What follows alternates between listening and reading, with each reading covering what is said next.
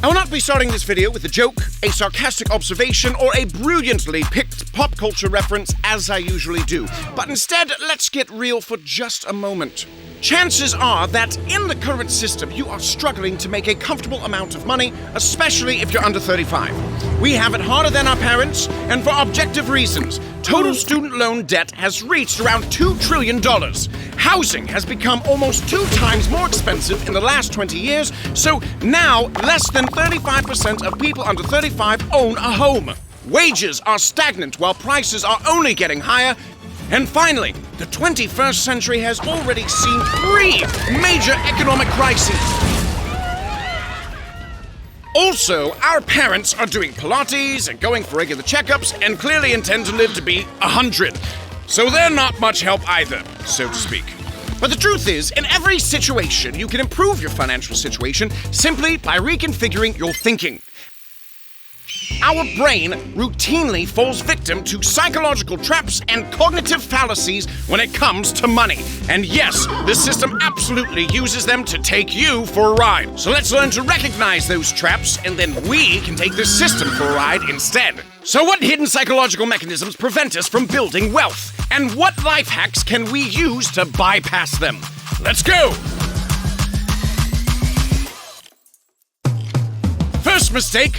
Positive examples. I might start by asking, why do we concentrate on mistakes? Can't we just use positive motivation from the people who got rich already? Well, relying on positive examples is a first major mistake. Did you know that Mark Zuckerberg, founder of Meta, dropped out of college?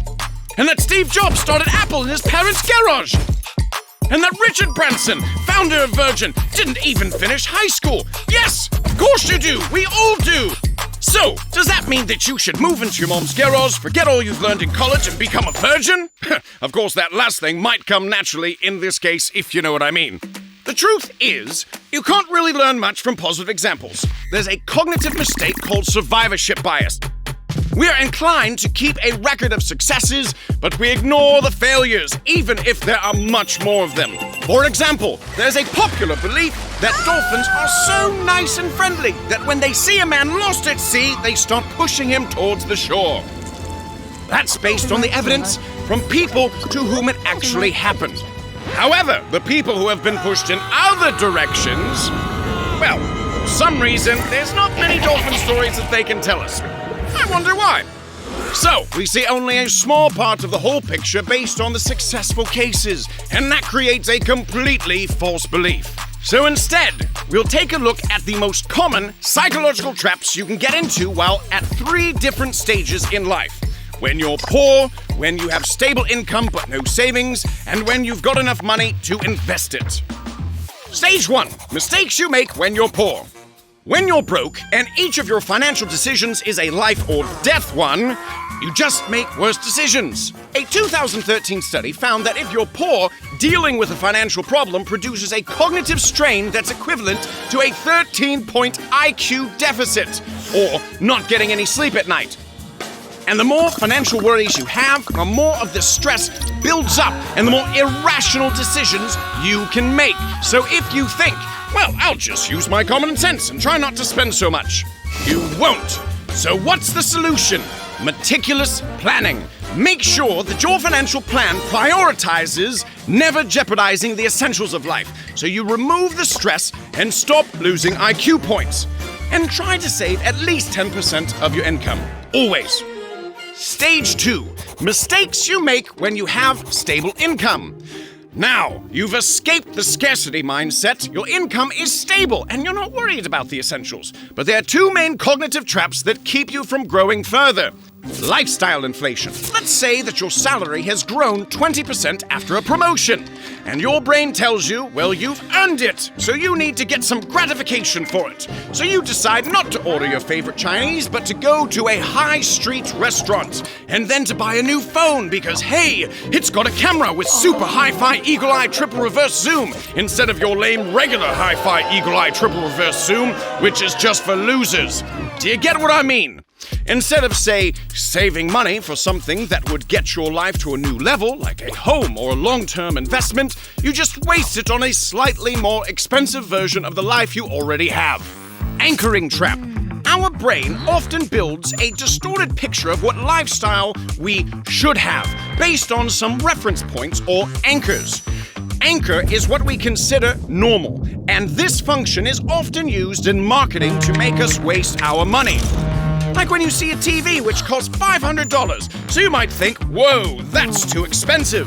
But when you see the crossed off $1,000 price tag and also the words discount and sale and final sale and last item and your neighbor has one and last one to buy it is a get, well, you're already taking your wallet out. $1,000 is the anchor, and the rest creates the additional FOMO, fear of missing out. In real life, these false anchors can be provided by Instagram influencers and work colleagues, and as a result, you waste your money on stuff that doesn't really improve your life. So what's the solution for both issues? Yes, it has to do with planning again, but now you need to identify the goals that will actually improve your quality of life. Build a plan to reach those specifically, and you can even try reverse budgeting, prioritizing saving a specific sum for a long-term goal over daily expenses. And stick to the Chinese. You love it, and there's like 500 dishes anyway. Stage 3. Mistakes that you make when you have enough money to invest. Now, you've avoided the cognitive traps of the second stage, have a certain financial stability and some money to invest. What are the main problems that can stop you from investing successfully? 1. Confirmation bias. Let's say that a friend has told you, never invest in crypto, it's a craze that has already passed. So you start doing research, and some sources agree with what your friend said, and some do not.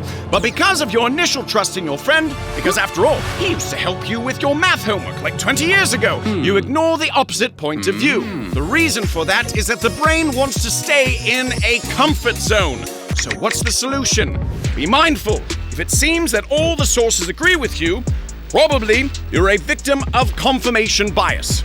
Or you might be the president of North Korea, in which case, yes, they probably do all agree with you. Number 2, the gambler fallacy. Imagine that a gambler makes bets on the same roulette numbers and keeps losing, but thinks, well, the more times I've lost, the more likely I am to win, just by probability theory. Well, actually, the probability theory states the exact opposite. When you toss a coin, every time the probability of getting heads or tails is exactly 50-50, regardless of how the previous 10 or 100 tosses went. So when you make investments, don't expect that if something didn't work out, it's more likely the next one will. Better work on your strategy. Except, of course, if you're the president of North Korea, in which case, yes, I'm pretty sure that you do win at roulette 100% of the time.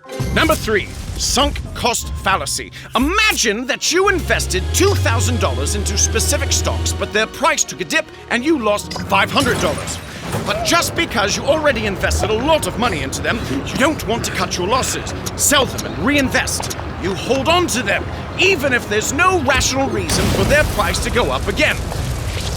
The fallacy is based on the brain assigning value to something into which a lot of effort or resources were invested.